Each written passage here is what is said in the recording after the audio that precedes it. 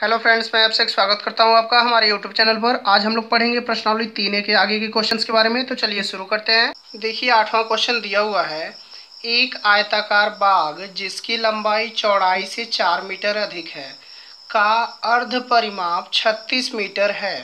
बाग की विमाएँ ज्ञात कीजिए। विमाएँ यानी कि लंबाई चौड़ाई ज्ञात कर रहे हैं। तो इसमें देखिए ये नहीं लिखा है कि ग्राफी विधि से हल कर रहे हैं, तो इसको हम दूसरे विधि से आप लोगों को हल करके दिखाते हैं। आप चाहें तो ग्राफी विधि से भी इसको कर सकते हैं। तो देखिए आयताकार बाग के बारे में बात कर रहे हैं, तो सबसे पहले मान लेंगे माना आयताकार बाग की लंबाई बराबर x मीटर और इसकी चौड़ाई क्या है y मीटर। अब क्वेश्चन में देखा जाए तो लिखा है लंबाई चौड़ाई से 4 मीटर अधिक है, यानी कि चौड़ाई में 4 मीटर जोड़ेंगे तब ना लंबाई के बराबर होगा।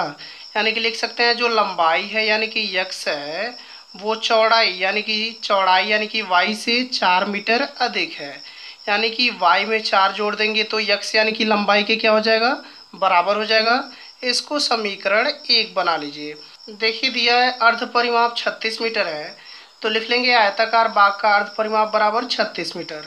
अब अर्ध परिमाप का सूत्र लिखेंगे।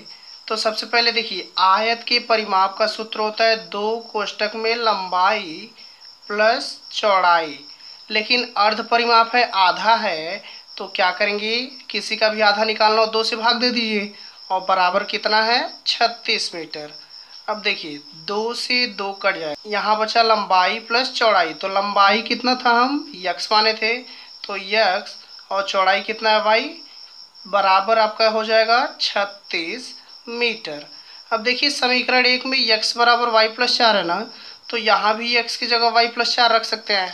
तो लिखेंगे समीकरण 1 से x का मान रखने पर, तो देखिए x के जगह हम रख देंगे क्या, y प्लस 4, तो y प्लस 4 हो गया, फिर प्लस यहाँ y था ही बराबर 36, एक y आपका हो गया 2y प्लस 4 बराबर 36, प्लस 4 दूसरी तरफ जाएगा तो आपका हो जाएगा 36 माइनस 4।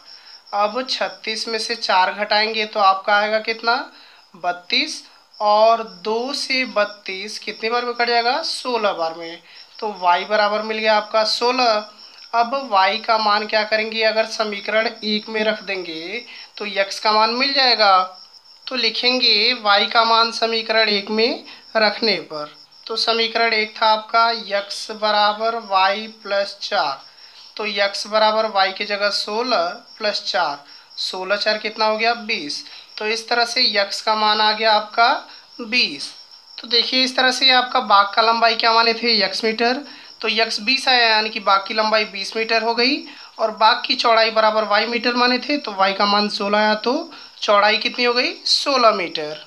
अब देखिए 9वां क्वेश्चन दिया हुआ है, एक रैखिक समीकरण 2x प्लस 3y माइनस 8 बराबर 0 दी गई है। दो चरों में एक ऐसी और रैखिक समीकरण लिखिए ताकि प्राप्त युग्म का ज्यामितीय निरूपण क्या हो, पहला तो प्रतिच्छेद करती रेखाएं हो, ऐसा हमको दूसरा समीकरण लिखना है। फिर दूसरा समीकरण सोच करके ऐसा लिखना है कि जो ग्राफ बने हो उसमें क्या मिले, समांतर रेखा मिले। फिर हमको एक और समीकरण ऐसा सोच के लिखना है जिससे जो रेखाएं वो क्या हो, समपाती हो, समपाती यानी कि एक दूसरे के ठीक ऊपर बने। तो देखिए एक समीकरण दे दिया हुआ है, दूसरा समीकरण हमको सोच करके लिखना है। अब देखिए अगर पहला वाला लेके चलें, प्रतिच्छेद करती रेखाएं हो, तो समीकरण 1 तो दिया हुआ था आपका यहाँ पे। अब हमको दूसरा समीकरण सोचना है कि उसका ग्राफ जो हो प्रतिच्छेद करता हुआ रेखा बने। तो देखिए प्रतिच्छेद करने के लिए जो सूत्र होता है यानी कि नियम होता है वो ये होता है कि a1 बटे a2 बराबर नहीं होना चाहिए b1 बटे b2 के। तो ऐसा कोई समीकरण अगर सोचें तो मान लीजिए ये तो a1 b1 c1 है। अगर हम दूसरा समीकरण लिख लें 4x प्लस 5y माइनस 15 बराबर 0, तो देखिए ये आपका a1 ये आपका a2, तो अनुपात निकालेंगे 2 एकम 2, 2 दूनी 4, 1/2 आएगा। अब यहाँ देखिए ये b1 ये b2 ये 3/5 ये तो नहीं कटेगा, तो यहाँ देखिए 1/2 a1/a2 का मिला और 3/5 b1/b2 का मिला, तो दोनों बराबर नहीं हो रहा है, यानी कि ये समीकरण लिख दें तो क्या होगा, प्रतिच्छेद करता रेखा होगा, यानी कि दूसरा समीकरण ये हो सकता है। तो देखिए यहाँ लिख लेंगे यदि दूसरा समीकरण 4x प्लस 5y माइनस 15 बराबर 0 हो तो रैखिक समीकरण युग्म के ज्यामितीय निरूपण में रेखाएं क्या होंगी, एक दूसरे को प्रतिच्छेदित करेंगी। क्यों करेंगी? क्योंकि a1 बटे a2 बराबर नहीं है b1 बटे b2 को, b2 के आपको यहाँ अनुपात निकाल के बताए हैं। ऐसे आप कुछ भी समीकरण लिख सकते हैं, कोई भी, बस a1 बटे a2 बराबर नहीं होना चाहिए b1 बटे b2 के। अब देखिए दूसरा दिया हुआ था समांतर रेखा होना चाहिए। पहला वाला तो क्वेश्चन में दिया हुआ था, दूसरा हमको सोच के लिखना है। तो समांतर रेखा होने के लिए क्या होना चाहिए, a1 बटे a2 b1 बटे b2 बराबर होना चाहिए, लेकिन c1 बटे c2 बराबर नहीं होना चाहिए। तो ऐसा हमको समीकरण सोच के लिखना है। तो सबसे आसान करते क्या है, इसका डबल करके लिख लेते हैं, इसका डबल करके लिख लेते हैं और c वाले की जगह कुछ और लिख लेते हैं। जैसे देखिए यहाँ 2x है तो ये 4x हो जाएगा, 3y है तो 3 का डबल 6y लिख लीजिए, और 8 दूनी 16 होता है तो 16 तो लिखेंगे तो ये सीधे 1/2 अनुपात बराबर मिल जाएगा। जबकि हमको तीसरा वाला बराबर नहीं चाहिए, तो यहाँ 15 लिख लीजिए बराबर 0। तो यहाँ से देखिए पहले अनुपात निकालेंगे तो 2/4 आपका 1/2 आएगा, 3/6 तो ये भी आपका 1/2 ही आएगा, और तीसरा वाला 8/15 हो जाएगा, माइनस से माइनस कट जाएगा। तो इस तरह से a1 बटे a2 b1 बटे b2 बराबर आ जाएगा और c1 बटे c2 बराबर नहीं आएगा। तो देखिए ऐसे लिख लेंगे यदि दूसरा समीकरण वही जो लिखे थे 4x प्लस 6y माइनस 15 बराबर 0 हो तो रैखिक समीकरण युग्म के ज्यामितीय निरूपण में रेखाएं क्या होंगी, समांतर होंगी। बताएं क्यों? क्योंकि अनुपात निकालेंगे तो a1 बटे a2 b1 बटे b2 बराबर होगा, लेकिन c1 बटे c2 के बराबर नहीं होगा। यहाँ अनुपात निकाल के आपको बताया गया है, तो ये आपका हो जाएगा दूसरा समीकरण। अब देखिए तीसरा दिया हुआ है कि रेखाएं समपाती होनी चाहिए। पहला समीकरण तो क्वेश्चन वाला है, तो समपाती होने के लिए देखिए नियम क्या है, a1 बटे a2 का अनुपात, b1 बटे b2 का अनुपात और c1 बटे c2 का अनुपात, तीनों क्या होना चाहिए, बराबर होना चाहिए। तो ये तो और आसान हो जाएगा। देखिए यहाँ जितना दिया हुआ है हम सबका अगर डबल करके लिख लें समीकरण तो सब 1/2 अनुपात आ ही जाएगा। जैसे यहाँ 2x है तो इसका डबल कर दीजिए 4x, 3y है इसका डबल कर दीजिए 6y, और -8 है तो इसका डबल 16 कर दीजिए। तो देखिए 2/4 a1 बटे a2 निकालेंगे तो 2 एकम 2, 2 दूनी 4, 1/2 आएगा। ऐसे ही 3 एकम 3, 3 दूनी 6, b1 बटे b2 भी 1/2 आएगा। ऐसे ये 8 एकम 8, 8 दूनी 16, c1 बटे c2 भी 1/2 आएगा। यानी कि सब 1/2 आ रहा है तो समपाती तो होगा ही। तो देखिए ऐसे लिख लेंगे यदि दूसरा समीकरण 4x प्लस 6y माइनस 16 बराबर 0 हो तो रैखिक समीकरण युग्म के ज्यामितीय निरूपण में रेखाएं क्या होंगी, समपाती होंगी। क्यों? बताया गया है क्योंकि a1 बटे a2 बराबर होगा b1 बटे b2 के, और ये बराबर होगा c1 बटे c2 के। यानी कि a1 बटे a2 b1 बटे b2 और c1 बटे c2 तीनों का अनुपात क्या होगा, बराबर होगा। तो जरूरी नहीं है यही समीकरण आप लिख सकते हैं, आप कोई भी ऐसा समीकरण सोच सकते हैं जिससे ये जो नियम हो ये नियम का पालन हो। तो इस तरह कोई भी समीकरण आप सोच सकते हैं। अब देखिए 10वां क्वेश्चन दिया हुआ है, समीकरणों x माइनस वाई प्लस 1 बराबर 0 और 3x प्लस 2y माइनस 12 बराबर 0 का ग्राफ खींचिए। दो समीकरण दिया है, दोनों से ग्राफ खींचना है। उसके बाद लिखा है x अक्ष और इन रेखाओं से बने त्रिभुज के शीर्षों के निर्देशांक ज्ञात कीजिए और त्रिभुजाकार पटल को छायांकित कीजिए। तो सबसे पहले क्या करते हैं, दोनों समीकरण से ग्राफ खींचते हैं। तो ग्राफ खींचने के लिए बताया गया है तुलना करके पहले a1 a2 b1 b2 और c1 c2 निकाल लेंगे और टेबल बनाएंगे। तो देखिए समीकरण दिया हुआ है x माइनस वाई प्लस 1 बराबर 0। अब यहाँ से y का मान निकालना है तो माइनस वाई दूसरी तरफ भेज देंगे तो प्लस वाई, यानी कि x प्लस 1 बराबर y, या सीधा लिख लें तो y बराबर x प्लस कितना हो जाएगा, 1। अब इसका टेबल बनाएंगे। अब देखिए x की जगह अगर हम 0 रख दें तो 0 में 1 जोड़ेंगे तो 1 आएगा, y बराबर 1 हो जाएगा।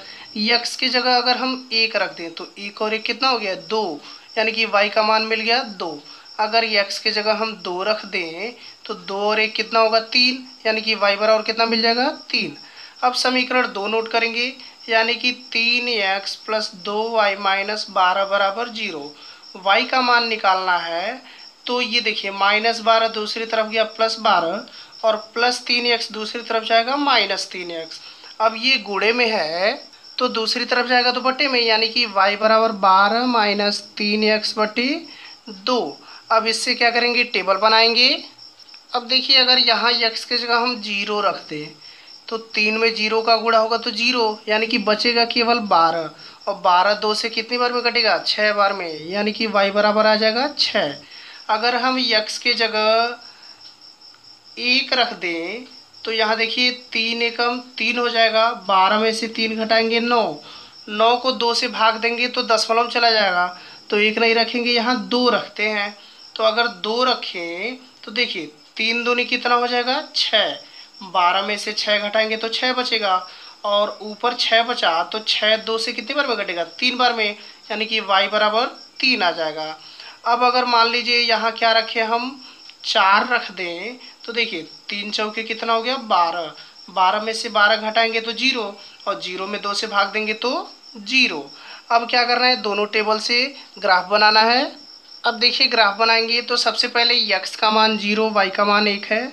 तो देखिए x अक्ष ये आपका है, y अक्ष ये है, तो x पर 0 ये रहा और y पर 1 ये रहा, यानी कि आपका ये बिंदु हो गया 0,1। अब देखिए दूसरा है x पर 1 y पर 2, तो ध्यान दीजिएगा x पर 1 ये है तो 1 के सामने और y पर 2 के सामने आपको बिंदु मिलेगा, तो ये हो गया आपका 1,2। अब इसके बाद तीसरा दिया है x पर 2 y पर 3, तो देखिए x पर 2 आपका ये है, तो x पर 2 के सामने आगे बढ़ेंगे और y पर 3 के सामने आगे बढ़ेंगे तो एक बिंदु मिलेगा, तो ये हो जाएगा आपका 2,3। तो इन तीनों को क्या करेंगे, मिलाएंगे। तो देखिए इस तरह से आपको पहले समीकरण का जो है लाइन मिल गया। अब दूसरे टेबल से ग्राफ बनाते हैं। तो देखिए x पर 0 y पर 6, तो x पर 0 तो ये है, अब y पर 6 ये रहा आपका, यानी कि ये हो गया 0,6। अब इसके बाद x पर 2 y पर 3, तो x पर 2 के सामने y पर 3 के सामने, तो ये तो बिंदु पहले से है। अब इसके बाद x पर 4 y पर 0, तो देखिए x पर 4 आपका ये है और y पर 0 ये, यानी कि ये वाला बिंदु आपका हो गया 4,0। अब ये तीनों बिंदु को क्या करेंगे, मिलाएंगे। तो देखिए इस तरह से आपको दूसरा रेखा मिल गया जो दूसरे समीकरण का है। अब क्वेश्चन में कहा था कि x अक्ष आपका ये है और इन रेखाओं से बने त्रिभुज, तो देखिए रेखा आपका ये रहा और x अक्ष ये रहा, तो इससे आपका यही त्रिभुज बन रहा है ना ये बीच में। तो कह रहा था ये जो त्रिभुज है इसको क्या करना है, इसका निर्देशांक लिखना है। तो अगर मान लीजिए नाम लिख लें इस त्रिभुज का, ये A हो गया, ये लिख लें आपका B और ये लिख लें आपका C। तो निर्देशांक ABC है, इसका निर्देशांक लिखेंगे। अब तो त्रिभुज हमने बताया आपको ABC बन रहा है, तो लिखेंगे x अक्ष और दोनों रेखाओं द्वारा बने त्रिभुज ABC के शीर्ष, यानी कि A का निर्देशांक लिखेंगे पहले। तो A का निर्देशांक तो ऑलरेडी पहले से दिख रहा है, 2,3 है, तो ये हो गया 2,3। अब B का लिखना है, तो B को देखिए B ये है। अगर इसका निर्देशांक पूछा जाए तो निर्देशांक के लिए पहले x अक्ष वाला बिंदु, उसके बाद y अक्ष वाला। तो x अक्ष पे कितना है आपका -1 और y अक्ष पे किसके सामने, 0 के सामने, तो ये आपका -1,0 B का निर्देशांक हो गया। तो यहाँ लिख देंगे -1,0। और ऐसे ही C का, तो C का तो दिख रहा है 4,0, तो C का निर्देशांक हो जाएगा 4,0। अब देखिए निर्देशांक तो लिख लिए, साथ में ये भी कहा था कि ये जो आपका त्रिभुजाकार पटल मिल रहा है, यानी कि त्रिभुजाकार भाग है, इसको छायांकित करना है। तो इसको क्या करेंगे, छायांकित करेंगे। तो देखिए इस तरह से क्या करेंगे, त्रिभुज को पूरा छायांकित कर लेंगे जो भी त्रिभुज था। तो क्वेश्चन में इतना ही कहा था। तो वीडियो अगर पसंद आया तो लाइक शेयर और चैनल को सब्सक्राइब करना मत भूलिएगा। मिलते हैं नेक्स्ट वीडियो में। Thank you, thanks for watching.